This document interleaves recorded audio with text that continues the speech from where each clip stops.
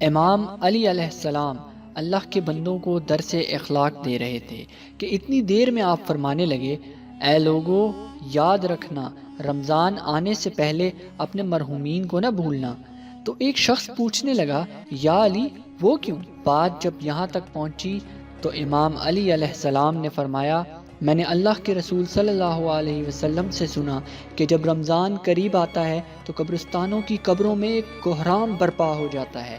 ہر قبر سے ہر مرا ہوا انسان چیخ کے اپنے زندہ لوگوں کو بلاتا ہے کہ اے دنیا میں رہنے والو، اے زندگی بسر کرنے والو، آؤ ہماری قبر پہ بیٹھ کے ہماری مغفرت کے لیے دعا کرو۔